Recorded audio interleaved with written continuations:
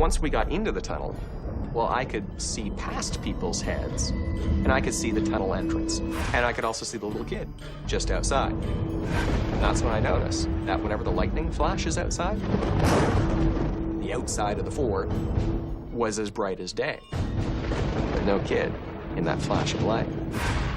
I opened my eyes, and lo and behold, there was a woman in the room staring at me only a few feet away at the end of the bed. The only sensation I remember it being is that this is concrete, this is real. And of course, this freaked me right out.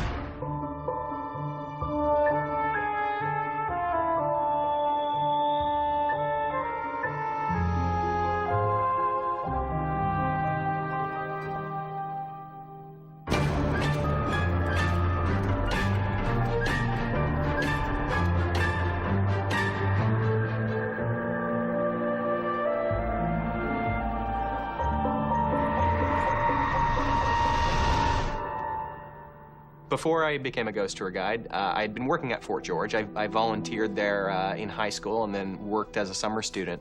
Now, my interest in setting up the ghost tour was not from the ghost end of things. My interest in setting up the ghost tours was from the history end of things. So I believed in ghosts, but it was from the point of view of, I don't believe that everybody's lying to me or that everybody's crazy. The atmosphere of the fort is weird. It is quite unlike most people's everyday experience. It's a place that was, lived in, fought over. So you did have this history of violence, this history of intense emotional experiences. And I guess I expected that once we started doing the ghost tour itself, that we'd hear about more people's experiences at Fort George. What I didn't really expect was that we'd have people experiencing things on the ghost tour itself. Things that go bump in the night always seem to shake up something, like religious beliefs or real estate choices. But how many ghostly encounters have helped to shape a career? Hello, I'm Lawrence Chow.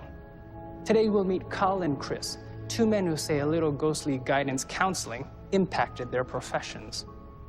Fort George in Niagara-on-the-Lake, Ontario has a bloody history from the War of 1812. When Carl Upton starts guiding ghost tours there, it's really that history that draws him. But Carl is about to get a far more personal perspective of the phantoms he's been selling to the tourists.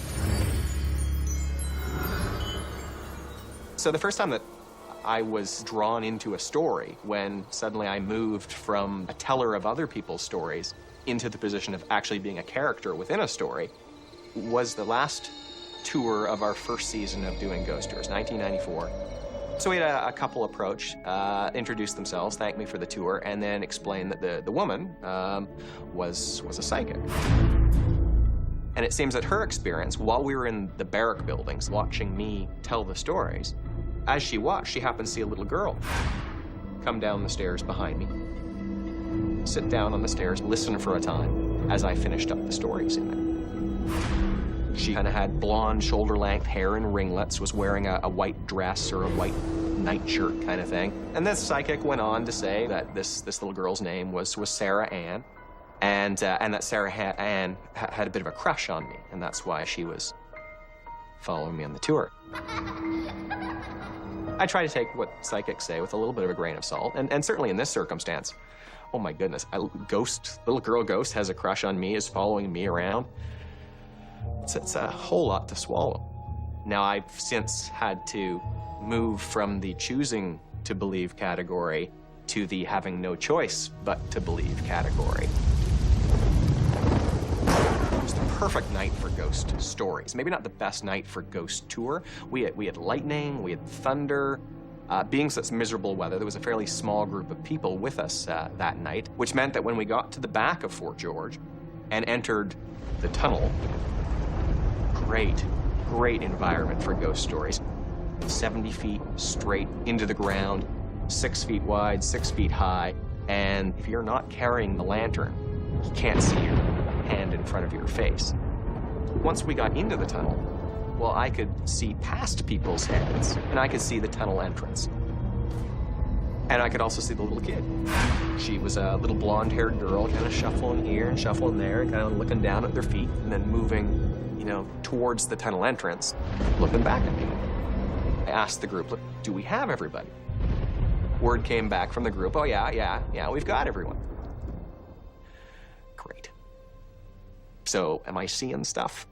But no, there's a kid at the entrance to the tunnel. I started into my stories, but I'm keeping an eye down that tunnel, and that's when I notice that whenever the lightning flashes outside, the outside of the fort was as bright as day. But no kid in that flash of light. As far as I'm concerned, that was Sarah Ann.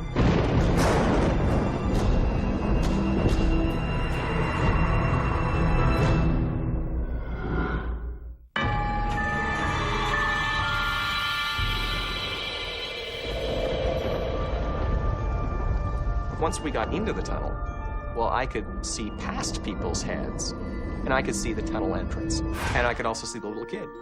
She was a little blonde-haired girl, kind of shuffling here and shuffling there, kind of looking down at their feet. And that's when I noticed that whenever the lightning flashes outside, the outside of the fort was as bright as day, but no kid in that flash of light. As soon as that flash of white radiance fades, well, there's that kid silhouetted there, the light bouncing off the clouds. So you assume that you must have blinked at the wrong time, but it occurred enough during that time frame to convince me that no, this is definitely Sarah Ann following on the tour.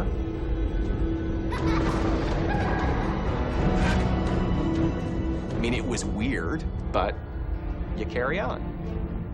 Keep doing the tour, and then you wait for afterwards to figure out, well, how does this influence the rest of my life? I believe in ghosts, and it was that experience that causes me to say that. A recurring experience at Fort George for me, I was just finishing up the tour. We exited from the tunnel, come out of the tunnel, and then you go up a hill, and then you approach a line of two buildings, an artificer's shop, it's a craft shop kind of thing, and then what is used as the gift shop. Well, as I came out of the back of the fort, I suddenly looked up and saw people on these benches behind the gift shop. First, I thought, great, I've moved too fast. I've bumped into the tour group ahead of me, and here they are telling stories, sitting down, and now what do I do with my group? Well, that's all fine and good if there's a group ahead of you. Now, as I got closer to this group, it became more obvious that these were not real people, that what I first saw as figures standing at a distance in the darkness, that as I got closer, I could see that they weren't actually figures at all. I could see a hazy outline of people. And as I got closer and closer, they went away. I have had a more frightening encounter. I'd like to say that all my ghostly experiences at Fort George have been benevolent and friendly ones as well, but yeah, it's not the case. Now, the first building that you pass when you enter Fort George, large gray building, there's 3 of them at Fort George. They were used as soldiers' barracks as well as living space for the soldiers. This building has ground floor windows, and the one ground floor window closest out to the path, people have seen things in that window. So it was one of those nights at Fort George. There was a thickness to the back of the fort. There was kind of a haze in the air. So I then headed for the staff building so I could turn on the alarms, lock up, and be ready to go. And as I made the corner heading for the staff building, well, that's when I made the mistake of looking up into that window on Blockhouse 1. There's a male figure silhouetted in the window, staring back at me. The only way I can describe it, you know how sometimes you're waking up out of that really bad nightmare, and you know very well that it's only a dream, but you're still not going to move for the next 10 minutes? And you're going to try to breathe really, really quietly because that knot of terror in your gut is saying something quite different? Well, kind of the same experience for me there.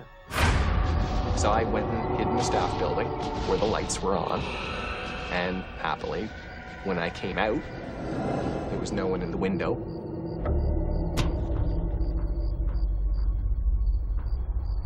I think that an intense amount of personal growth was triggered by the experiences of dealing directly with the unknown, the unreal, some would say.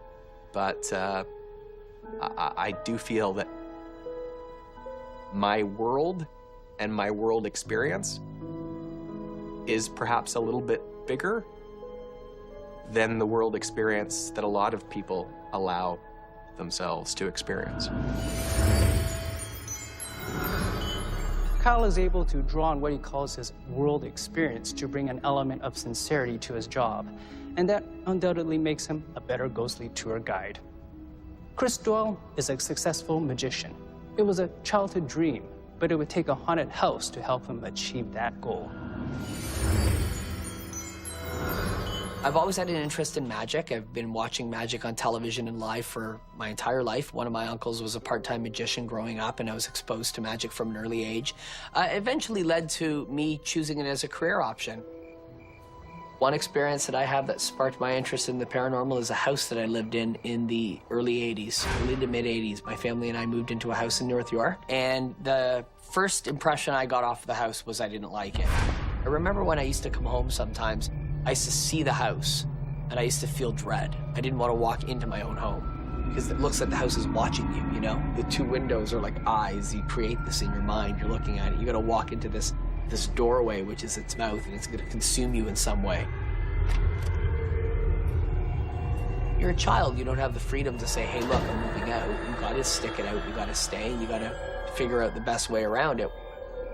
One such incident that I experienced firsthand was hearing people walking around. So whoever this was who was haunting the house was able to move about the house as if it's still there. You know, being home alone, playing video games, feeling as if the house is watching me, it's freaky, it's scary. There's something going on that I can't explain. So I was quite vulnerable in the sense because I was alone.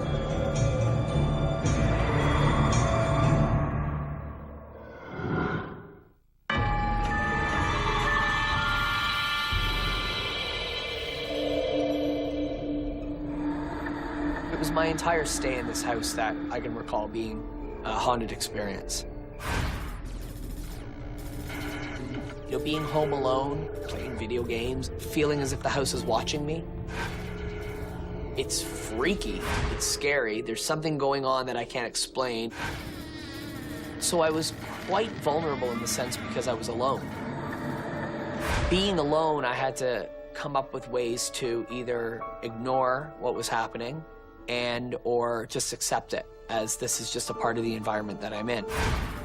I gotta be honest, I used to sometimes freak myself out. I would think about it, think about it, think about it to the point where I would be frozen with fear and have to run upstairs and not want to be in the basement.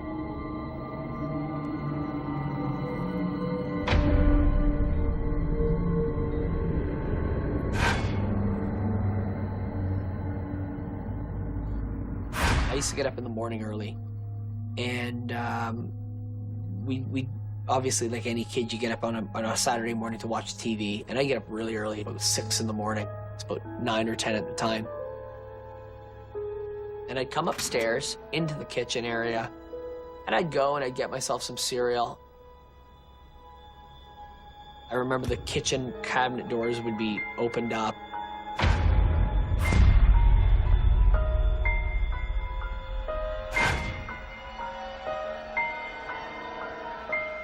I don't really recall saying anything to anybody about it, but I remember it being something that I thought about over time in the day. One strange event that I recall was I was in the backyard and I was playing around. It was the middle of the afternoon.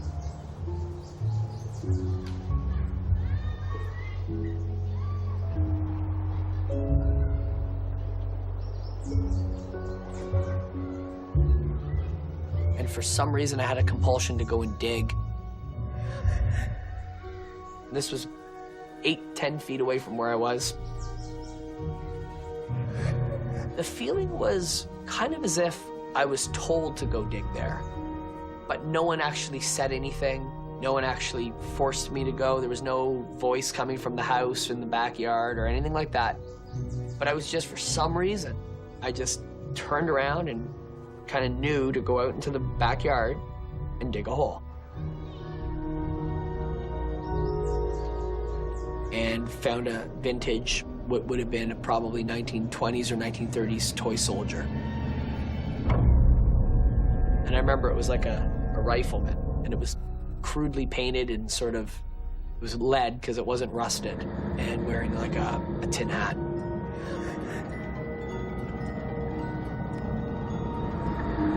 And at that moment, I remember thinking the house gave this to me, and I didn't want it. Not only did I want to not only get rid of it, because I could have easily just threw it back in the ground and covered it up, but it would have still been there. I wanted to destroy it and get rid of it. I went down into the basement and I crushed it in a vise.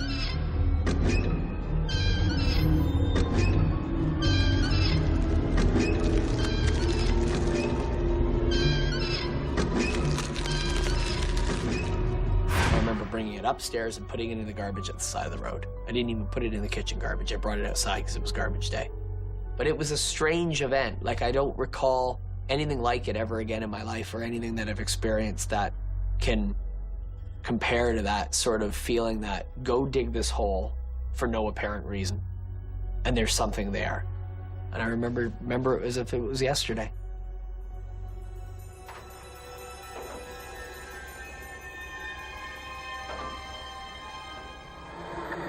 One of the main events of the house that I can recall was at nighttime.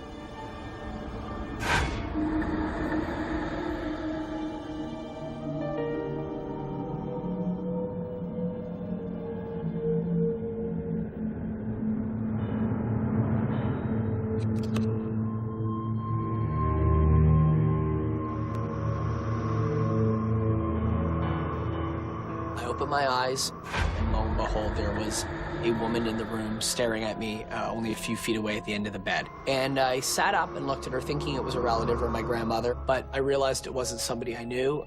Realized it was something that was unusual. She was all in gray. I could see that she looked like she might have been a housewife. Her hair was pulled back into either a bun or into a ponytail. She looked like she was not too old. She looked like she was in her early to mid 40s. And she just basically stood there and looked at me. And of course, this freaked me right out. I turned over and turned on the television that was next to the bed and literally watched her disappear as the TV came on and brought light into the room. It was just too real and uncanny to have just been something that I dreamt and assumed had been a reality in the middle of the night.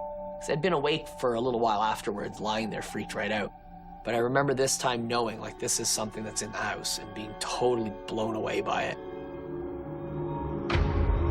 The only thing I could pick up off of her was possibly a sense of, a little bit of melancholy would be the only thing I could describe it as. But there was no interaction, there was no communication, all other than her just looking at me. I feel the house is a very strange puzzle. I kind of look back at it and wonder what happened there, who she was, and where she fits into the bigger scheme of things with this house. What I've always thought would be an interesting backstory to what happened was the woman died at a young age in the house, and something drove her to her death, whether it be illness or an event that happened in the house, and she's still there. Maybe she's a mother who lost a child, and she's trying to comfort me in this spooky environment and giving me things. She's watching me over in the middle of the night. Or maybe her husband was a soldier that never came home from war. You know, there's the soldier reference. But there's no proof. I have no backstory for this person, so I don't know.